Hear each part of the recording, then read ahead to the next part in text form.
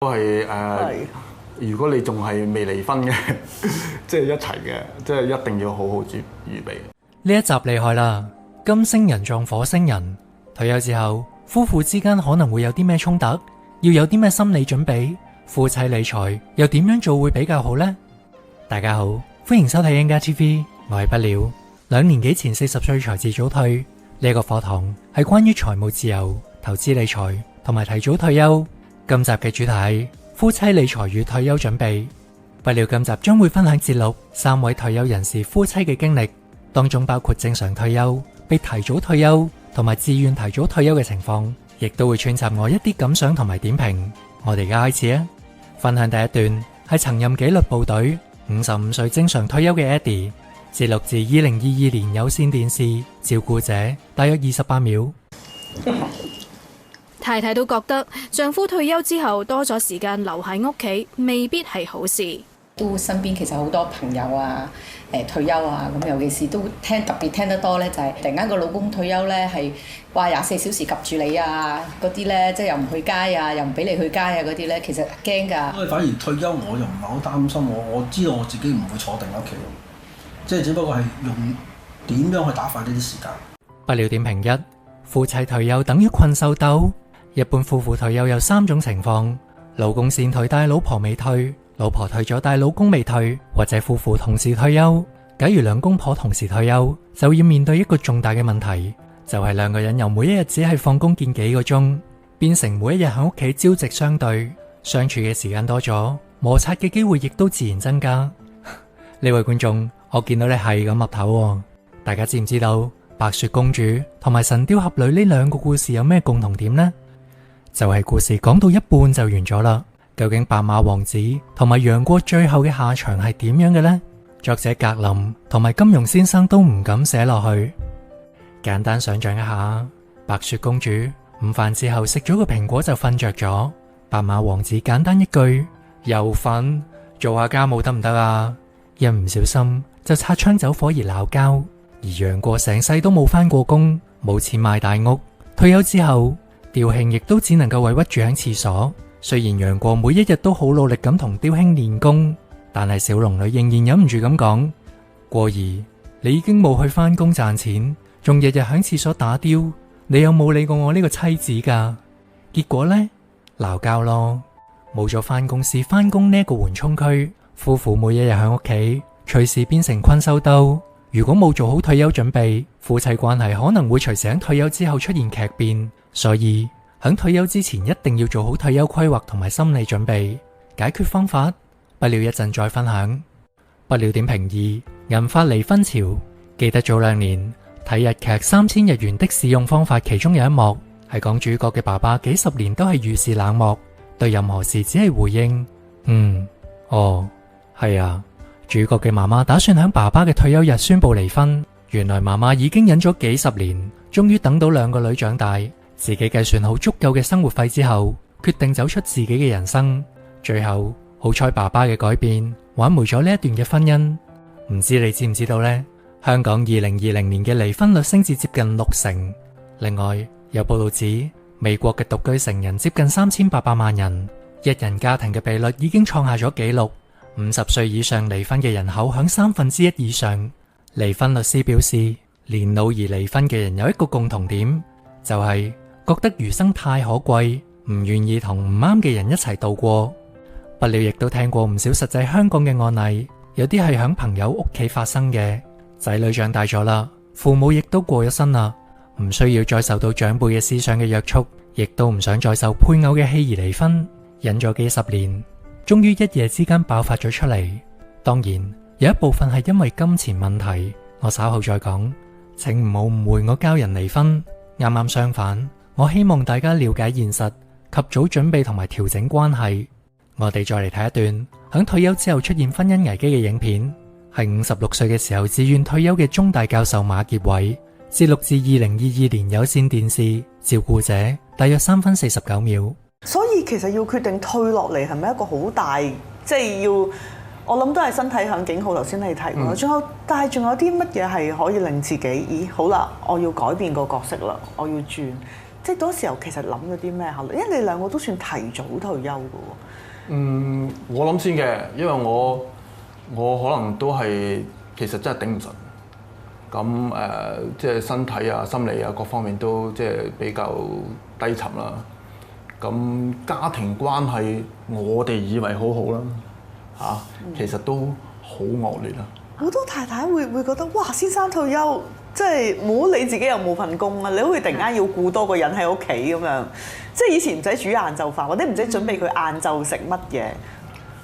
你講錯啦，你係調轉，我煮俾佢食，所以我哋見到你煮㗎嘛。咁所以呢件事即係會唔會見面多咗？其實同我嘅關係，即係有啲其實係即係其實我哋中間大家彼此即係雖然建立家庭，但係事業打拼啊好多事情之後，其實即係去到退休，其實反而好赤裸裸對翻個關係嘅咧。點解你咁知道呢啲情況嘅？唔係咁咩？係咩？係好 common。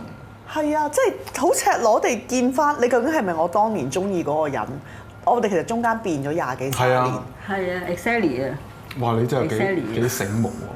即係我哋真係我哋係有呢個即係有呢個概念，但係原來係真係發生喺我哋身上。喂，你頭先講得非常好。20年，你嗰20年咧就係扮演個社會角色，扮演一個妻子嘅角色，丈夫嘅角色。你最初拍拖嗰陣時，哇！好多嘢傾啊！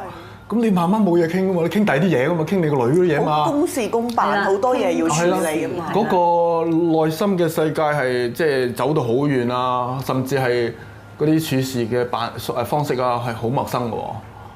咁要退休走埋一齊都你其實你諗下，你放咗工能夠即係對住嘅時間好少嘅啫嘛，係嘛？即係你食完飯，跟住其實2-3個鐘咁就跟住就即係休息㗎啦。所以其實係好似你話真係好功能性嘅，即係咁啊係咁講，即係要溝通嘅嘢啦。但係其實你自己個人嘅感覺啊，好多嘢咧，你想講你係會都冇時間，咁你就會 suppress 咗好多嘢。用咩方法去翻你哋一齊退休係步伐一致？一齊退休係如果你仲係未離婚嘅，即係一齊嘅，即係一定要好好預備。你諗下日日對住。即係你舊時你會有個地方退啊嘛，你可以翻公司啊，或者你即係可以限制嗰個接觸嘅時間。咁其實但係你哋開始其實係要互相照顧。我舊時好強嘅，或者我唔想表露我需要被照顧嘅，其實好需要被照顧。即係你有個大嘅轉變啦。咁所以你需要照顧，但係你身邊嗰個人就好似好陌生咁樣。咁係有好多嘅挑戰㗎。我哋呢幾年最初係都嗌交嗌得好勁㗎。我再坦白啲咧，就係你慢慢發覺佢同你好唔同，諗嘢好唔同。其實你殘留落嚟嘅感情有幾多咧？足唔足以一齊互相遷就同埋忍受，再重新嚟過呢？未必得㗎嘛。不了點評3，幫助退休夫婦相處之道嘅10個專家心法。馬傑偉嘅分享好直接，因為退休成日鬧交，唔可以唔認真直視夫妻關係嘅轉變。佢哋已經冇咗拍拖時候嘅激情，個女長大咗之後，話題亦都減少咗，剩低嘅可能係生活夥伴嘅關係。不了覺得佢哋其實都係好多夫妻嘅寫照。呢一種唔好嘅關係可能已經隱藏咗幾十年，而退休只係一個引爆點。不了並唔係夫妻關係嘅專家，所以揾咗一篇專家文章幫下大家。精彩退休機構創始人戴夫休斯就提供咗10個心法，幫助面臨退休嘅夫妻揾出解決問題嘅相處之道。不了亦都明白，如果簡單講幾句就能夠解決夫妻嘅問題，就冇人離婚啦。不過身上有幾招傍身，總比起咩都冇準備好。但係為免影片篇幅太長太悶，我只係讀出呢10點嘅標題，大家之後可以暫停呢一條影片，慢慢睇下文字嘅內容。1. 分享自我對退休生活嘅願景。 2. 夫妻討論彼此每日花幾多時間相處。 3. 探討自己嘅角色同埋身份會產生咩變化。 4. 重新協調同埋點樣分配家務。 5. 制定新嘅預算，並且共同監督財務狀況。 6. 追求自己嘅興趣，並且維持各自嘅交友圈。7. 喺屋企入邊建立可獨處嘅區域。8. 夫妻一齊參加社交活動。9. 規劃夫妻一齊嘅約會之夜。10. 了解退休之後嘅調整過渡期。不料認為如果能夠執行呢10點，實際上對退休夫婦嘅關係絕對有幫助嘅。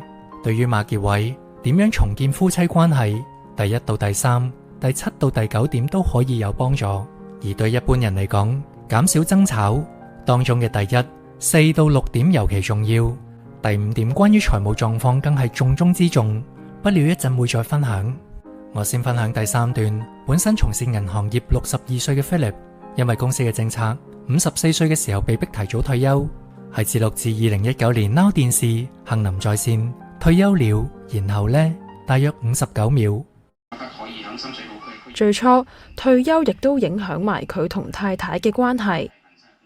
人退休，我退休，因為我退休之後，我嘅生活會係咁單調，係咪我自己冇乜能力去搞到個氣氛好啲呢？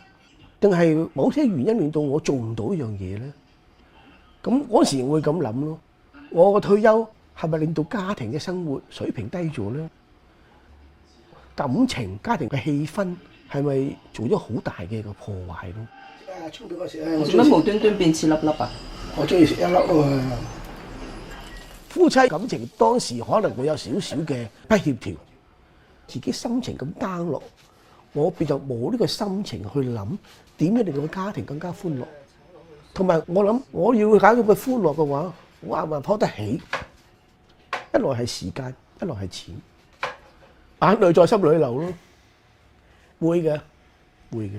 不料點評4，被提早退休嘅自責感，同前面2位退休人士唔同。菲力係被逼提早退休嘅，從影片唔難睇出佢自己有一定嘅自責感。某程度上，可能係同傳統中國男人係一家之主、財務支柱嘅觀念有關。失業令到自己覺得頓失自我價值同埋定位係好正常嘅，眼淚在心裏流係會嘅。不料響上一集分享過18種人生解困嘅思考方法，希望幫助菲力同埋大家跳出失業之後或者任何人生困境嘅心理失衡嘅困局。未睇嘅話一定要睇返啊！不料點評5，夫妻理財。夫妻理財一般有3種方法，兩公婆嘅錢夾埋一齊理財，或者各自財政獨立各自理財，或者一部分自己理，同時一部分放入共同嘅資金池。兩公婆之間嘅錢究竟係一齊用定係分開用好呢？不料冇定論，各有各好，唔同嘅方法我都聽過。我有啲朋友兩公婆嘅收入係幾多大家都唔知道嘅，或者收入相差較大，寧願分開理財。係咪夾埋一齊理財？最重要決定嘅原則係大家嘅價值觀同埋理財觀係咪一致。舉一個簡單嘅例子，如果兩公婆同樣都係慳儉派，投資同埋使錢嘅理念都好近似，大家嘅共同目標就係買樓，咁樣一齊理財係好嘅，雙頭馬車向住同一個目標進發，互相督促，可以更加快達成目標。相反，比如老公比較奢侈，老婆比較節儉，咁樣一齊用錢就必然會產生衝突。例如老公返工嘅時候坐的士，向公共嘅資金池扣錢，老婆覺得好浪費就會出現爭吵。或者老公買咗一件冇特價嘅嘢，老婆亦都會不滿。或者老公中意投資高風險嘅股票，老婆就較保守，中意收息為主，咁就會容易起衝突。咁類似嘅情況就不如各自理財，或者將部分嘅錢放喺公共嘅資金池，只係作必要嘅生活開支，例如水電煤、租金等，減少衝突。尹光有一首歌嘅歌詞係咁嘅：嗌交時常為2蚊，拆屋又驚冇埞分。向呢度俾各位一個建議，有啲因為金錢而起嘅夫妻小麻煩，可以用少少錢解決嘅話，就用錢解決啦。為咗啲雞毛蒜皮鬧交係浪費時間嘅一種，如果使啲錢可以保持夫妻嘅關係，換翻時間同埋專注力，係絕對值得使嘅。即係如果幾百蚊就能夠化解紛爭，就無謂鬧幾日交，大家冷戰幾日啦。千金難買心平靜，屈幾屈，翻工做唔到嘢，或者屈出病嚟就更加無謂啦。不料聽過一個理財方向嚴重分歧嘅真實例子，有一對60歲左右嘅夫妻就嚟退休，佢哋有一個20幾歲嘅仔，同埋有一層就嚟供滿嘅自住樓。個老公希望將層自住樓加按，俾個仔做生意，但係老婆就希望用呢一層自住樓嚟退休養老。兩公婆用錢嘅理念唔一致，最終兩個人賣樓離婚收場。呢一類嘅例子多不勝數，特別兩公婆當中某一方有理財嘅問題，例如好賭、過度消費、亂咁投資、欠債等，最終因為理財不善而不和，甚至離婚，大有人在。另外就係出於實際嘅需要考慮，例如子女開支、報稅、買樓、申請公屋、申請長者生活津貼等等。由於福利以家庭為單位，需要共同合作先至可以申請。例如有家庭為咗申請公屋，兩公婆其中一方會犧牲工作，冇個人工作收入，而變得財政要依賴另外一方。雖然呢一種共同理財可能對大家整體有好處，但係同時對夫婦某一方可能帶嚟壞處。例如報稅，合唔合併報稅好呢？如果財政獨立，各自報稅，咁子女免稅額俾邊一個報呢？比如買樓，係單名定係聯名好呢？聯名買樓嘅好處係較容易通過壓力測試，夫妻雙方嘅利益都得到保障。長命契之下，其中一方去世，另一方自動承繼業權，唔使繁複嘅手續。但係壞處係不利於個人未來嘅借貸力，物業轉讓費用同埋未來首置身份可能擁有嘅稅務優惠，呢一個係共同理財要考慮嘅。不料冇物業，但係偏向於單名持有。另外退休理財，好似買唔買年金、做逆按揭定係賣樓到外地生活，雙方亦都最好向退休之前溝通清楚。不料咁你嘅情況又係點樣呢？不料點評錄，不料夫妻理財同埋退休嘅個人分享。由於女主角投資極度保守，不料同埋女主角係財政獨立，分開各自理財嘅。我負責支付女主角嘅日常開支，包括住屋、食用、水電煤費、日用品、娛樂同埋旅行費用等等。至於車費、買衫、理髮美容等等個人費用，就係佢自己處理嘅。女主角所有嘅收入自己用，另外每個月我會俾一啲零用錢俾佢，直到依家仍然保持不變。大家各自理財，使錢互不干涉，包括各自報稅。印象中我哋絕少為錢而鬧交。我諗呢個係各自理財嘅一大好處。至於退休，不料係先退休，而女主角就仍然響職場工作。響我退休之前，我同女主角溝通好退休之後嘅財務安排。如果女主角亦都提早退休，我諗我嘅被動收入仲係能夠支持兩個人嘅基本生活，加一啲簡單嘅娛樂，例如每個月去一次簡單嘅東南亞旅行，例如去一星期日本、台灣或者泰國。但係如果女主角想退休之後實現一啲夢想，例如開間小店，或者想響海外進修讀書，需要用一大筆錢，我就支援唔到啦。所以依家佢仲係繼續返工儲錢。好彩嘅係佢同我唔一樣，佢仲未太唔中意佢嘅工作。我認為唔同步退休有好有壞，好處係唔使朝夕相對，唔會因此而增加摩擦，平日可以專心做自己想做嘅事，到星期六日先至安排一齊活動。而壞處係即使我時間自由，亦都唔能夠想去邊就去邊。為免家變，我唔能夠放低女主角一個人長期去旅行旅居，大部分旅行只能夠等佢有假期先至一齊去。希望大家明白，退休人士嘅時間亦都係有成本嘅，唔等於佢要完成晒所有低成本嘅工作，例如家務。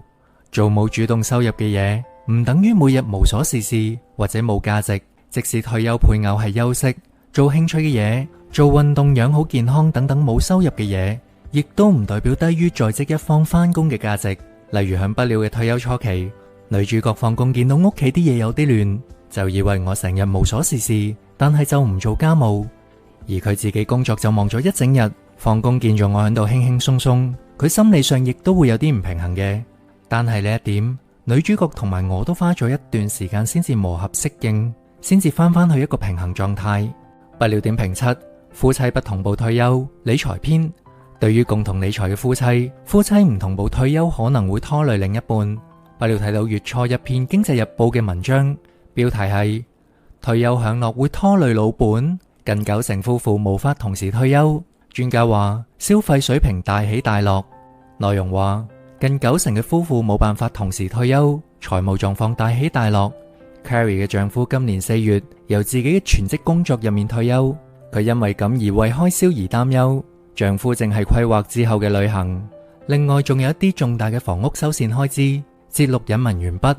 簡而言之，即係夫妻如果較早退休嘅一方覺得時間唔等人，要即刻用錢，咁就可能對另一方產生財務或者心理唔平衡，影響雙方關係或者長期退休規劃。